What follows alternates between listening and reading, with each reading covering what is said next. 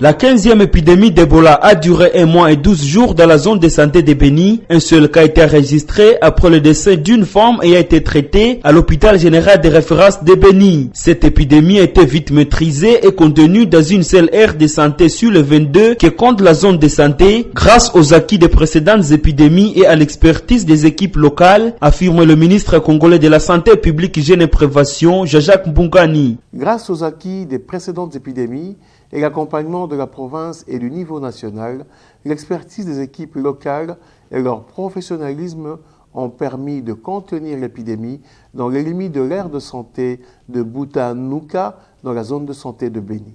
En ce mardi 27 septembre 2022, après 42 jours de surveillance renforcée, sans nouveaux cas confirmés et selon le protocole de l'OMS, je suis heureux de déclarer solennellement la fin de la 15e épidémie à maladie à virus Ebola dans la province du Nord Kivu en République démocratique du Congo qui aurait duré 1 mois et 12 jours. Malgré la fin de la 15e épidémie, le risque élevé et permanent de la résurgence d'autres épidémies compte tenu du nombre élevé de guéris des précédentes épidémies et de l'écosystème de la RDC, d'où il faut une surveillance et des stratégies idoines à mettre en place pour les zones de santé à risque.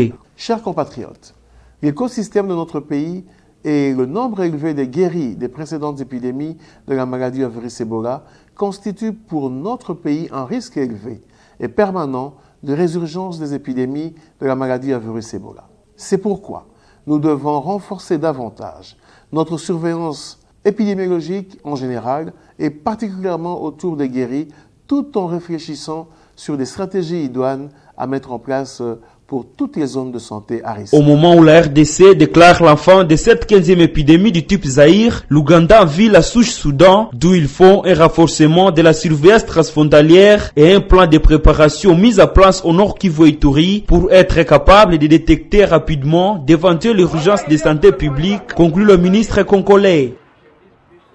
Il s'agit d'un programme de recensement de tous les éléments FRDC amputés de membres, a dit le professeur docteur chirurgien, orthopédiste et traumatologue Luc Mokassa, délégué du ministère national de la Défense en mission dans la province de l'Ituri. Cette opération de l'identification de militaires amputés pendant les opérations en front va permettre de connaître leur effectif en vue d'une prise en charge médicale appropriée. C'est une mission qui est très importante parce qu'elle ne concerne pas seulement l'Ituri, elle concerne notre pays, elle concerne donc les 3 zones de défense de nos forces armées. Alors il est question de pouvoir recenser tous nos éléments blessés, amputés de membres. Vous le voyez souvent à travers la cité, qui avec béquille, qui crampait.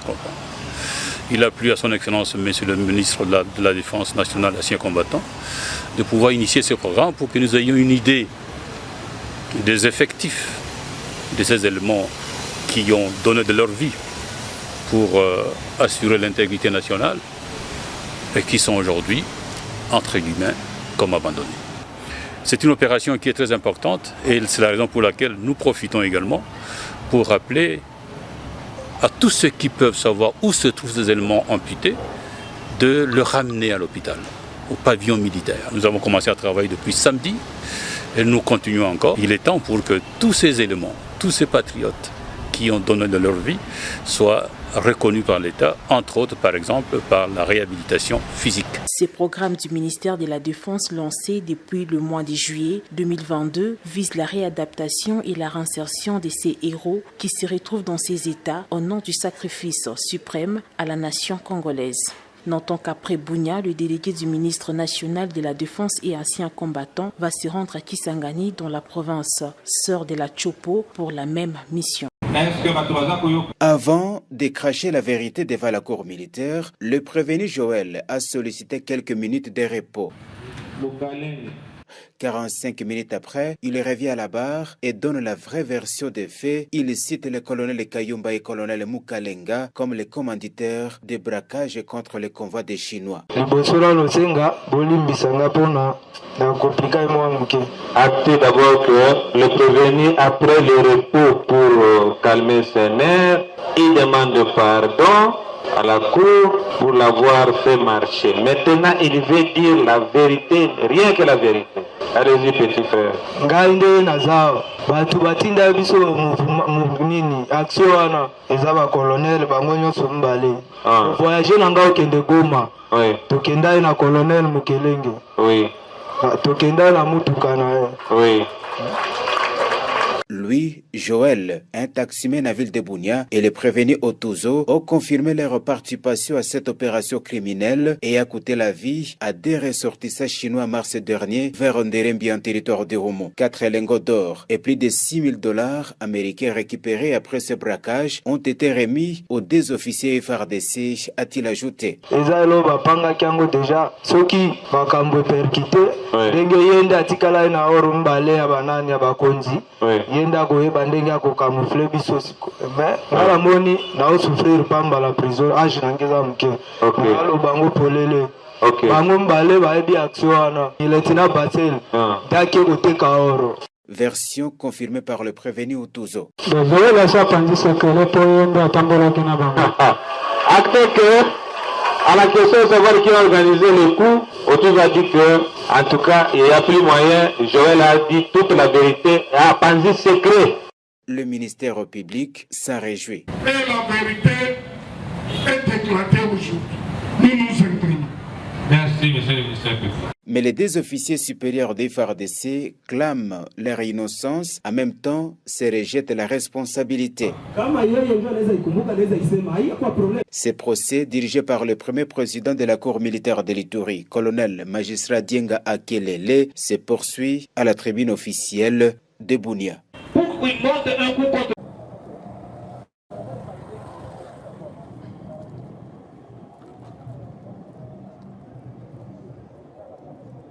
Voilà, ici, il n'y a pas assez de circulation. Hein.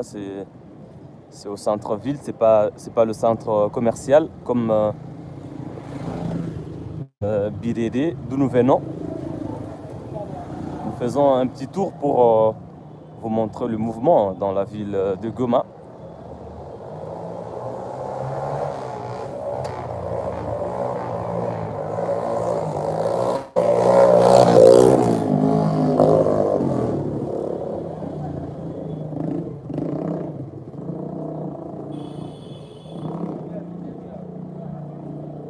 Voilà, c'est la ville au pied du volcan Nyiragongo.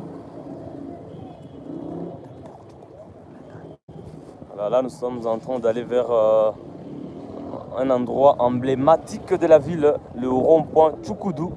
C'est en tout cas le symbole de la ville de Goma. Tous ceux qui visitent Goma passent par ici. Hein.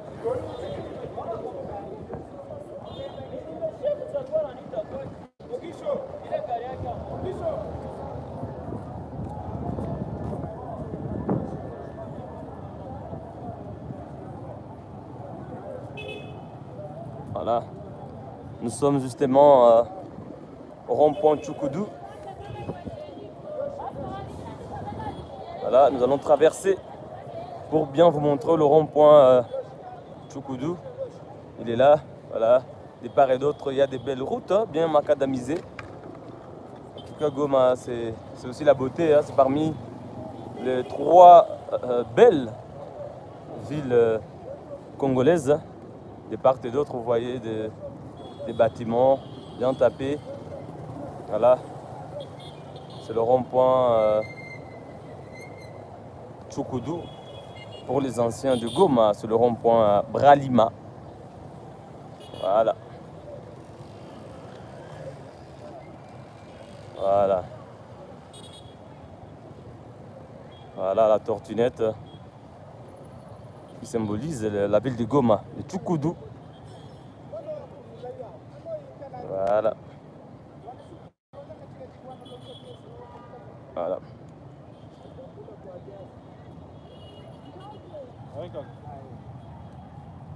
Voilà. Ça, c'est la route d'en face qui va vers le rond-point BDG où nous étions hier.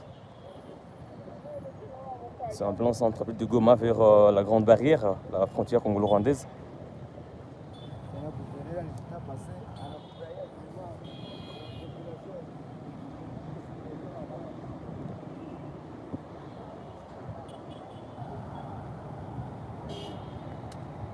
voilà, mesdames et messieurs, c'est la route qui va vers la Grande Barrière. C'est la frontière congolo-rwandaise. Là, il y a un autre grand rond-point à quelques mètres, à une centaine de mètres, je pense. Là où nous avons tourné notre stand-up hier. Voilà, il n'y avait pas beaucoup de mouvements, mais aujourd'hui, comme vous le voyez, les activités tournent à la normale. Là, nous sommes toujours au rond-point Tchukoudou, le rond-point emblématique de la ville de Goma.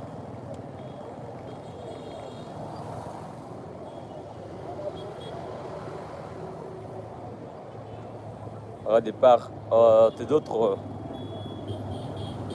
Il y a des belles routes.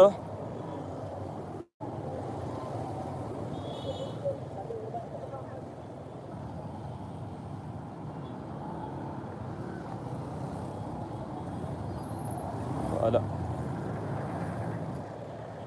Nous sommes en train de quitter l'emblématique rond-point Tchukoudou. Voilà. La route d'en face, c'est la route Goma-Sake. C'est une route nationale qui va vers le territoire de Masisi Walikale, au nord Kivu.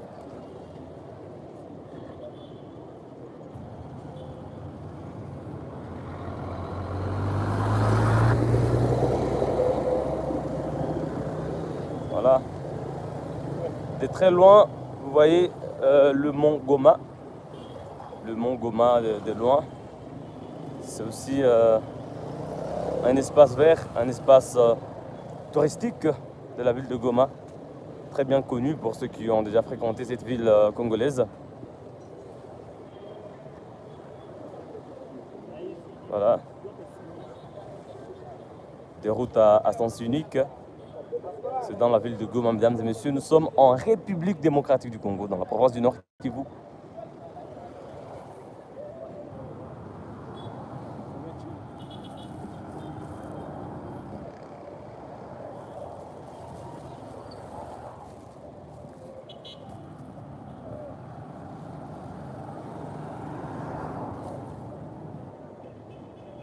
Je vais vous laisser contempler cette ville congolaise de l'est du pays, la ville de Goma,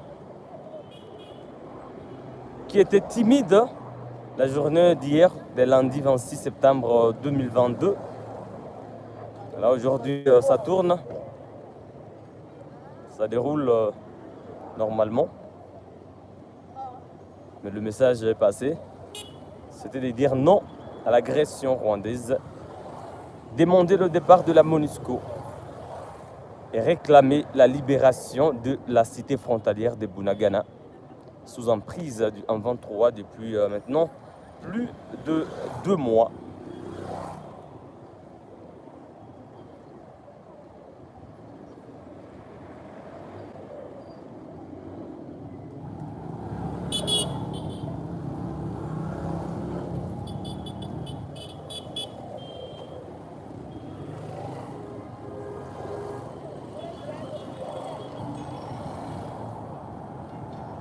Là, c'est un grand supermarché.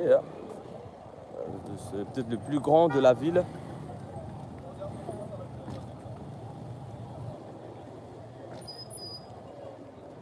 Et en face, il y a le bureau administratif de la commune de Goma.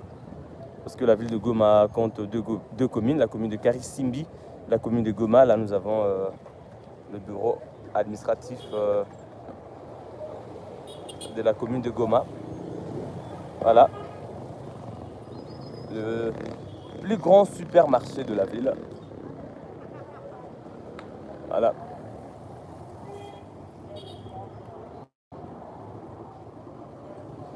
Et de très loin, là, vous voyez le mont Goma.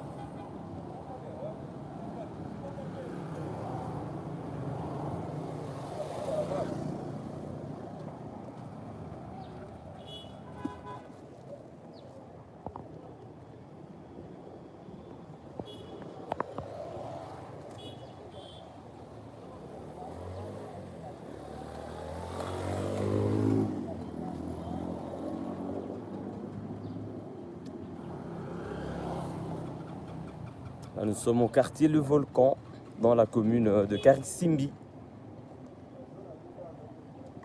Parce que la ville de Goma compte 18 quartiers, 2 communes.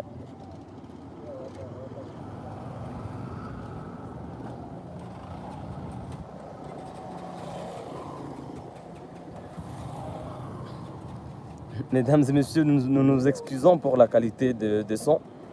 Nous allons prochainement réfectionner nos matériels pour vous produire des meilleures qualités sonores. Voilà. Il y a des rues, c'est toujours propre. Hein.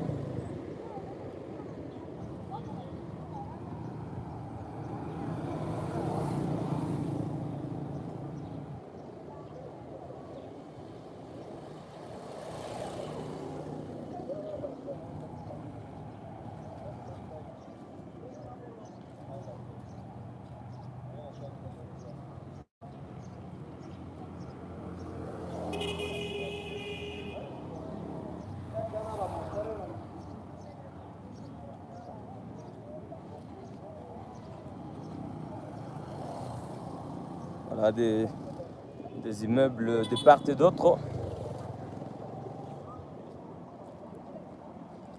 Les habitants qui sont en train de vaquer librement à leurs activités après avoir passé le message aux décideurs, au gouvernement, après avoir resté à la maison pendant la journée de lundi.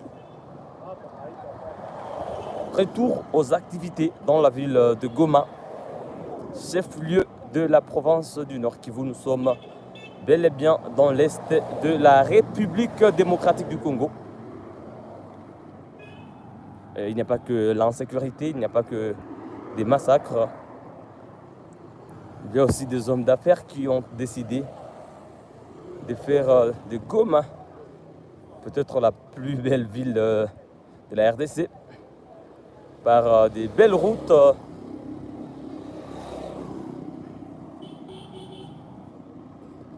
Il y a beaucoup de merveilles à Goma. Il faut visiter cette ville, mesdames et messieurs, même une fois. Si vous ne l'avez pas encore fait, si vous n'êtes pas encore passé par ici, c'est une ville très fraîche, que de la fraîcheur. Voilà. Après les manifestations anti-MONUSCO, après tout, il y a la vie à Goma.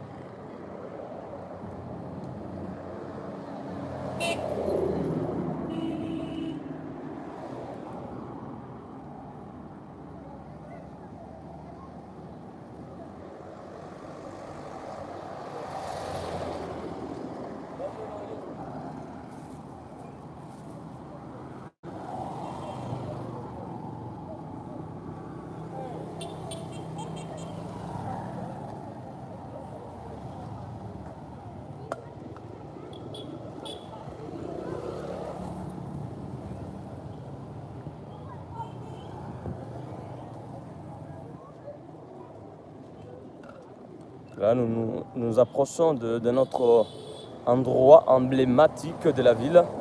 C'est un rond-point, le rond-point militaire. Jadis appelé rond-point de la 8e région militaire. Aujourd'hui, la 34e région militaire. Là, il y a un rond-point symbolique, emblématique. Très connu par ceux qui ont fréquenté Goma, que ce soit vers les années 2000, les années 2010 ou actuellement.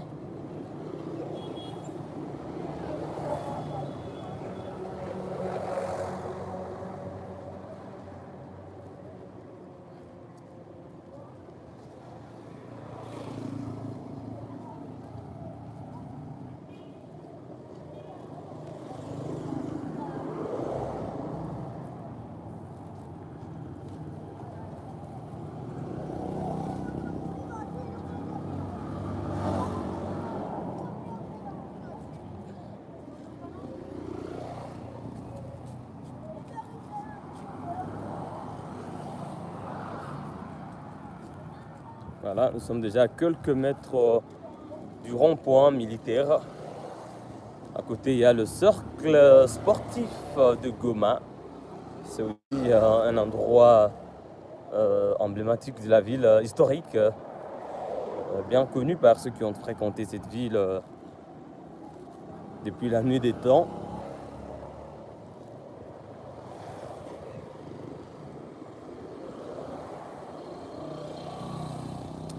Et c'est justement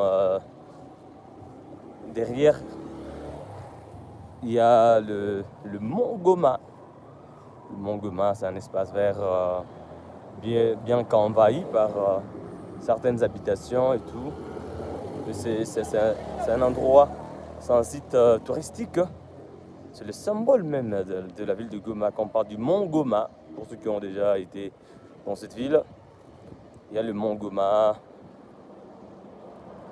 Il y a le rond-point Tchoukoudou que vous avez déjà vu dans cette vidéo, dans ce live. Et au nord, il y a le territoire de Nyiragongo qui porte le nom du volcan Nyiragongo. Voilà pourquoi on parle d'une ville volcanique, touristique, parce que bien sûr il y a des sites touristiques, notamment le mont Goma. Le lac Kivu aussi, que nous aurons l'occasion de vous montrer très prochainement. Pour aujourd'hui, peut-être on va se limiter par le rond-point militaire. Voilà, nous traversons déjà pour vous montrer le rond-point militaire. Nous sommes exactement au rond-point militaire. Voilà, là-bas il y a la route qui va vers